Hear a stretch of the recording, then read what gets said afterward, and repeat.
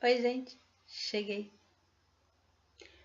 Muitas vezes a gente não precisa falar muitas coisas. Muitas vezes a gente só precisa olhar para a pessoa e dizer: Ei, eu estou aqui, eu posso ajudar você, mesmo que você não queira. Eu posso te amar, mesmo que você não me ame. Eu posso sonhar com você, mesmo que você não queira sonhar comigo. Muitas vezes a gente não precisa sair de onde está, mas a gente precisa dar uma chance para a pessoa olhar para a gente. Na maioria das vezes, nós somos meio ambiciosos ou muito ambiciosos ou descrentes da vida e nós não cremos que as pessoas podem nos ajudar, mas elas podem e nós também podemos ajudar as pessoas, nós também podemos ser felizes, nós também podemos andar junto com outras pessoas, ou andar sozinho, mas com Deus ao nosso lado. Nós podemos muitas vezes enxergar que nós somos parte desse mundo e que o mundo é parte de nós. Nós podemos muitas vezes olhar e não entender por que Deus nos colocou nesse mundo. Mas uma coisa nós sabemos, que Ele acredita na gente e aposta na gente, senão Ele não nos teria feito nascer agora. E nós devemos parar de ser egoístas e agradecer a Deus por existirmos. Olha que bom, nós nascemos, crescemos, temos inteligência e temos consciência de que estamos aqui nesse mundo. E se nós temos a consciência de que estamos nesse mundo, para, por algum motivo foi.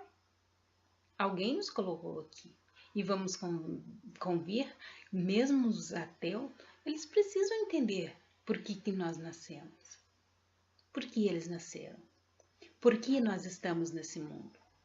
E nada nem ninguém pode justificar isso para eles ou para nós.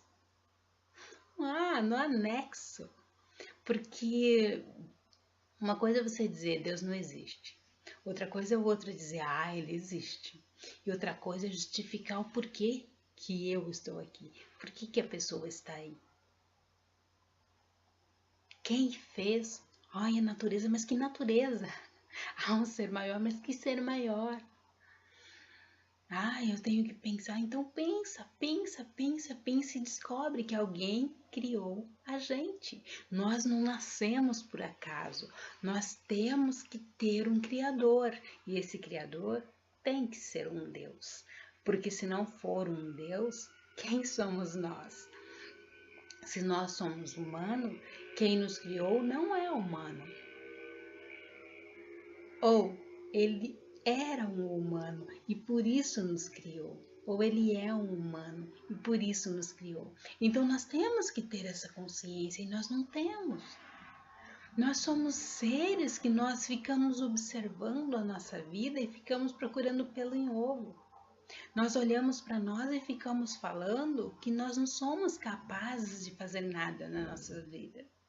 Quantas vezes eu olhei para mim e pensei que não era capaz de resolver nada. Falei, poxa, eu não falo bem, eu fico o tempo todo, sei lá, não consigo falar direito, não consigo isso, não consigo aquilo. No entanto, eu estou descobrindo que eu só era destreinada. Eu eu não treinava, eu não tinha um modelo, uma pauta, eu não tinha um nada. E aí eu comecei a prestar atenção em mim e comecei a acreditar naquilo, mas eu tenho a certeza porque eu tive ajuda da espiritualidade. E quando as pessoas têm ajuda da espiritualidade, elas se acham mais frágeis. Eu me acho frágil. Eu me acho com a vida invadida 24 horas por dia. Eu acho que a minha vida, ela não. Sabe, eu fico olhando a vida das pessoas que não são médium e na maioria das vezes eu falo para a espiritualidade assim, olha, por que vocês fazem isso comigo? Aí eles falam, você planejou antes de vir. Eu falei, mas só se eu fosse doida para planejar, vocês ficarem 24 horas na minha cabeça. Mas eles falam que eu planejei.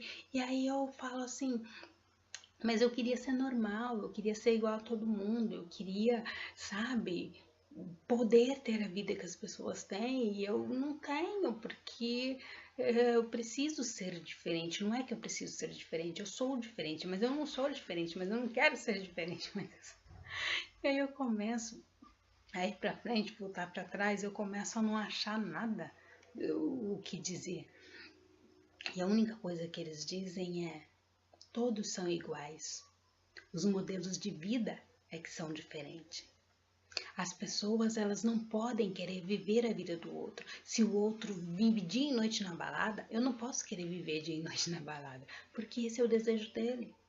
O meu desejo muitas vezes não bate com o desejo dele. O meu desejo muitas vezes é ficar ouvindo música calma, ficar meditando. E se eu não conseguir meditar, sei lá, ficar avaliando, pesquisando, entendendo por que o sol existe, por que a vida flui, por que as pessoas são ruins, por que as pessoas são boas, por que uns creem em Deus e outros não, essas coisas. Cada um tem um jeito de ser, de agir e de se portar na sociedade e na vida. Agora, nós não podemos deixar que isso influa no nosso dia a dia, porque se isso influir no nosso dia a dia, aí sim nós estaremos pecando, sofrendo pra caramba, porque nós estaremos sem ter nenhum tipo de ação. E essas ações, elas dizem respeito ao nosso modelo de se adaptar na vida no dia a dia, porque é isso que constrói o nosso castelo de areia. E o nosso castelo de areia, ele não é nem um pouco interessante se nós ficarmos vivendo a vida do outro e não viver a nossa vida. Nós precisamos olhar para nós e ver o que é necessidade, o que nós temos como necessidade para nós mesmos, para nós sermos felizes. Porque falar que quer ser feliz, falar que precisa ser feliz é muito interessante. Só que o que nós fazemos para sermos felizes?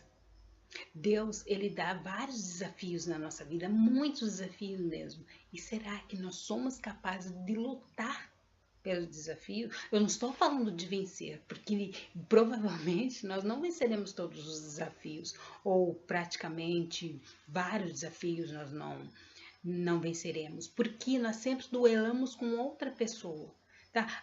Olha, pense, se o determinado time ganhasse todos que jogassem com ele iriam perder. Então ele ia sempre ter o primeiro lugar. Agora pense eu na vida, duelando, eu sendo o primeiro da minha empresa, eu sendo o primeiro da minha igreja, eu sendo o primeiro da minha rua, eu sendo o primeiro da minha casa, eu sendo o primeiro em qualquer estudo que eu entre, faculdade, colégio, etc e tal, eu sendo o primeiro a sentar no banco do metrô, do trem, eu sendo o primeiro a sentar no sofá da minha casa, quando tem bastante gente. Olha só, quer dizer que eu sou suficiente para ter tudo, enquanto o outro não tem nada? Então, será que eu não percebo que se eu ganhar todas, eu vou ser o maioral? E vai ter pessoas que precisam tanto quanto eu, ou talvez mais do que eu? Na maioria das vezes a gente não para pensar o que nós falamos, nem como nós agimos. Mas muitas vezes as coisas soam no nosso ouvido, como agora, por exemplo. Eu estou falando com vocês e eu percebi que eu falo tudo no masculino. Eu falo tudo no masculino, dificilmente eu falo no feminino. E eu percebo isso quando eu vou ouvir os vídeos para editar. E por que isso acontece? Porque eu tenho sempre homens à minha volta, falando sempre no masculino. E aí o que acontece? Eu capto isso. Então, ao invés de eu falar obrigada, eu falo obrigado. Ao invés de eu falar generosa, eu falo generoso. Ao invés de eu falar partidária, eu falo partidário. Eu utilizo tudo no masculino. Por quê? Porque o meu mentor, ele é um homem. E eu não tinha percebido isso. Eu comecei a perceber isso de um tempo pra cá. E apesar de eu ter uma menininha linda ao meu lado, eu sempre utilizo as coisas no masculino. É estranho, porque as pessoas me corrigem. Mas, ao mesmo tempo, é uma coisa que eu observo e falo, é como a gente se porta, ou seja, é o meio em que a gente vive. Então, sempre que as pessoas falam que o meio em que nós vivemos é o meio em que nós nos adaptamos, a gente não acredita, mas é a verdade, porque essa é a mais pura verdade. Tá? Eu me adapto muito fácil, e principalmente se eu vivo prolongadamente ao lado de alguém ou com determinado sotaque, eu começo a pegar todos os sotaques. Minha mente é uma enciclopédia ambulante. Eu tenho todos os sotaques. Apesar de eu ser filha de baiano, que você imaginar da Bahia, de Pernambuco, desses negócios, eu tenho sotaque, oxente. Até de Minas, e aí vai. Né, uai? Mas é assim. É assim que a gente é. E a gente precisa aprender a lidar com isso. A gente precisa aprender a lidar com as nossas dificuldades e as nossas diferenças. E a gente tem que entender que a nossa vida ela é uma aprendizagem 24 horas por dia. A gente tem que aprender que a gente gesticula demais na maioria das vezes. E não é necessário. Porque as pessoas entendem só com as pessoas falando. Não precisa ficar gesticulando e falando para que as pessoas aprendam. Mas a gente faz isso. Eu faço isso. Várias pessoas fazem isso. Porque nós achamos que não basta a pessoa ouvir. A gente quer desenhar para que as pessoas saibam o que a gente está falando. E ainda tem um ditado que diz... Né? Eu falar só basta, quer que eu desenhe também? Pois é, por causa disso. Porque a gente acha sempre que o outro não é capaz. Ou a gente acha que nós não somos capazes, quando na verdade nós somos. Quando na verdade nós podemos não só falar, como também evoluir a nós e aos outros. Por que nós não fazemos isso? Por que nós não utilizamos a nossa vida para fazer o bem ao próximo e para fazer o bem a nós mesmos? Por que nós temos que ficar gritando o tempo todo? Eu já me perguntei isso há um tempo atrás, porque eu fazia isso. Devido à minha mediunidade, eu ficava... E aí eu gritava com todo mundo, e a pessoa falava, Tereza, eu... Quê? E eu tive que me policiar para parar com isso, ou melhor, eles me policiaram e me corrigiram. E eu parei, ou estou parando. Eu não estou 100% assim, mas estou bem. E aí eu fico assistindo alguns tutoriais, vídeos, vocês pensam que eu não assisto, né? Assisto vídeo de todo mundo. Pode não ser hoje, não ser amanhã, mas chega lá no meu e-mail, os que eu sou inscritos e os que eu não sou inscrito, várias coisas, o Google manda e fala, dá uma olhada no material de fulano, de fulana, né, o que a fulano postou, eu vou, pode ser que eu não olhe na hora, mas depois eu vejo as pessoas todas falando alto. Não, porque em vídeo você tem que falar alto porque a pessoa não entende. Não, você não precisa falar alto porque a pessoa não entende. Você pode falar no nível seu. Ah, mas eu não tenho microfone. Mas você gritando, a pessoa você vai estourar os tímpanos das pessoas. Nós estamos muito acostumados com determinadas religiões que começam a berrar, que acham que Deus é surdo e, consequentemente, os fiéis ali. É interessante. Então, nós não precisamos gritar para que as pessoas nos ouçam. Nós podemos falar no nosso nível, tá? Agora, o falar mais alto é o falar num tom que todos ouçam. Eu não preciso gritar, dar aqueles berros. É assim que funciona a vida. E isso diz o nosso destempero. Tá? Isso faz muito dos nossos destemperos. Quando eu olho para mim, eu percebo que eu melhorei demais na minha vida. Que eu não estou mais gritando. Que coisas que me davam revolta não dão mais. Que situações que eu achava esdrúxulas, agora eu acho a personalidade da pessoa. Que se uma pessoa me xingar, eu dificilmente vou revidar, só se eu estiver muito estressada. Do contrário, eu não vou revidar. Porque faz parte da personalidade da pessoa, faz parte do emocional daquela pessoa. Então, se aquela pessoa despeja em cima de mim um caminhão de bosta, como diz, eu não vou despejar nela. Agora, se for bosta de verdade, aí eu processo, né?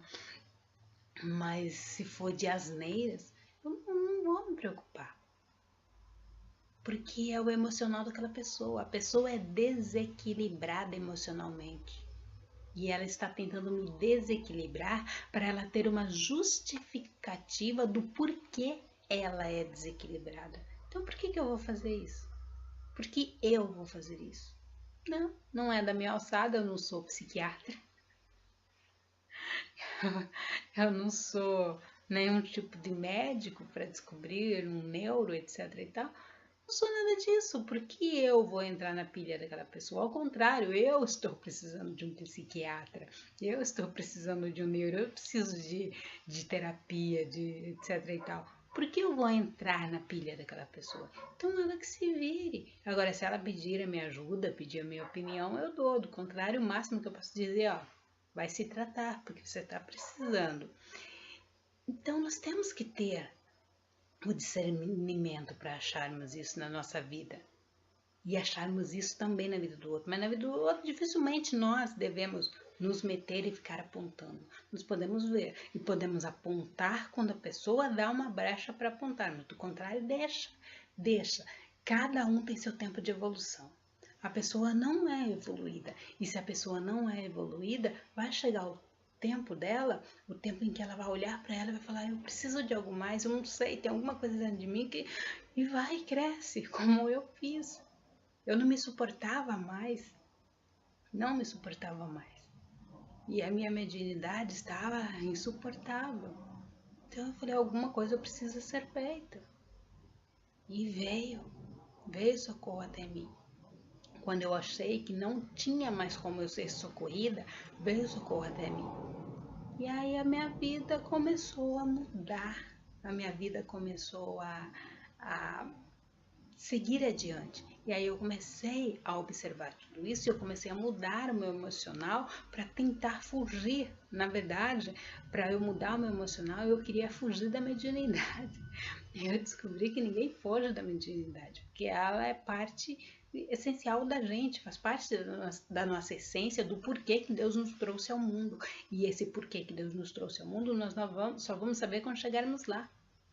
Lá em cima, quando chegarmos, nós vamos descobrir por que viemos a esse mundo e por que temos esse karma. Ai, mas eu fiz regressão e falaram que eu era, sei lá, São Francisco de Assis, eu era, sei lá, Santo Agostinho, que eu era Madre Teresa, que eu era não sei quem, não sei quem, não sei quem. Você pode fazer a regressão que você quiser, tá? O seu cérebro, ele pode te dizer que você foi uma coisa que você não foi. Por isso que é importante você ir em pessoa séria, não ficar procurando açougueiro. Tá? Eu gostaria de fazer regressão, mas eu tenho medo. Porque eu falo assim, sem eu saber quem eu fui, eu já sou do jeito que eu sou. Você imagina se eu soubesse quem eu fui. Aí danou-se. Aí danou-se. Então nós vamos precisar das nossas lapidações no nosso dia a dia e nós vamos precisar sempre da ajuda do nosso Criador, de Deus. Então quem é Deus? Não importa. O que importa é que Ele nos criou. Precisamos descobrir quem Ele é. Sei.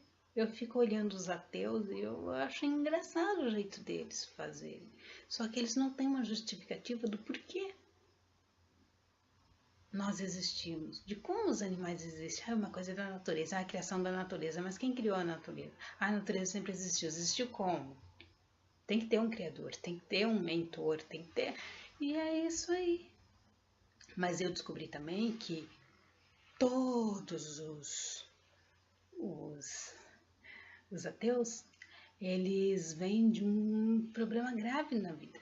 Ou perderam o filho, ou perderam o marido, ou os pais perderam, alguém perdeu.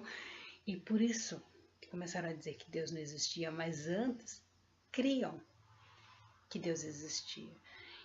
E aí eu fico olhando e penso, será que se não tivesse perdido essas pessoas, eles iam continuar crendo que Deus não existe.